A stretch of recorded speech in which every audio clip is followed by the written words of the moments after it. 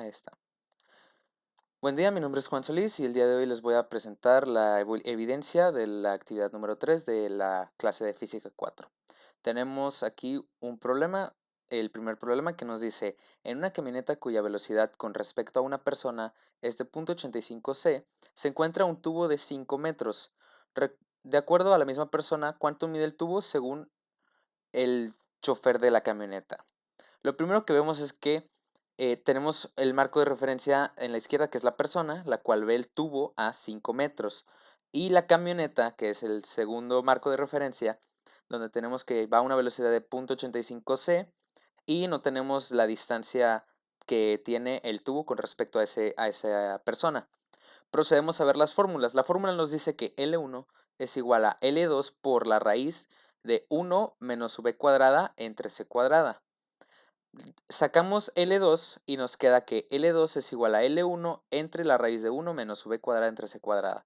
Reemplazamos los datos, siendo L1 la longitud con respecto a la persona que está en reposo, se está haciendo 5 metros, y la velocidad de la camioneta 0.85 c.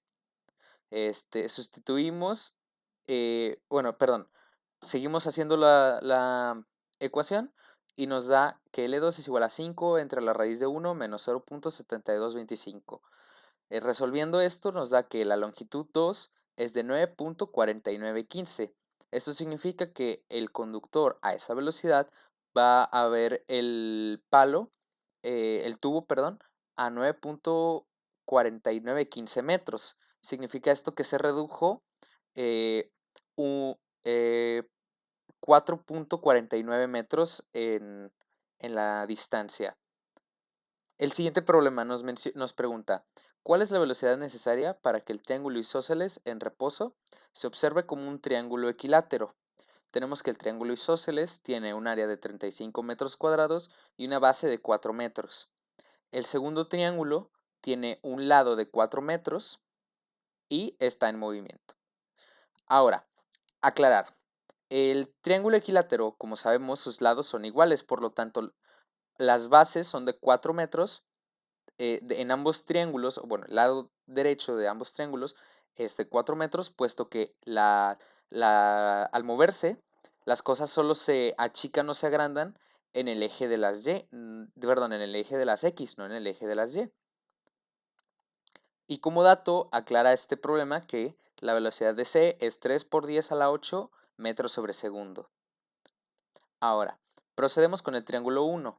Tenemos que la fórmula es base por altura entre 2 igual a 35 metros cuadrados. Si reemplazamos los datos, siendo 4 metros por altura es igual a 35 metros cuadrados entre 2. Resolviendo, tenemos que la altura sería 70 metros cuadrados entre 4, dando como resultado que la altura es 17.5 metros. Ahora el triángulo 2, como dije, el triángulo 2 tiene de base 4 y de lado 4, por lo tanto se corta la mitad y esa sería la altura.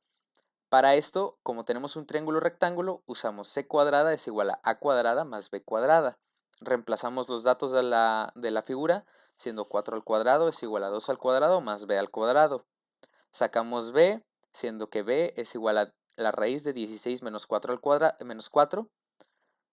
Y esto nos da que b es igual a 3.4641 metros. Ya tenemos la altura del triángulo 1 y la altura del triángulo 2. Esta siendo L1 y L2. Ahora, tomamos que L1 de la misma fórmula, L1 es igual a L2, raíz de 1 menos v cuadrada entre c cuadrada. Despejamos v cuadrada, sacando primero L2,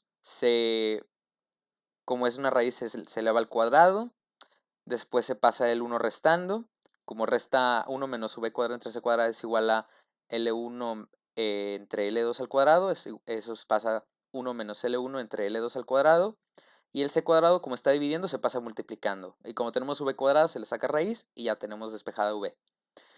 Reemplazamos los datos que tenemos, siendo h, b, L1, L2 y la c, como ya nos había dado el problema. Y tenemos al final que la velocidad que ocupa el triángulo 1 para tener la forma del triángulo 2 es de 0.98 c.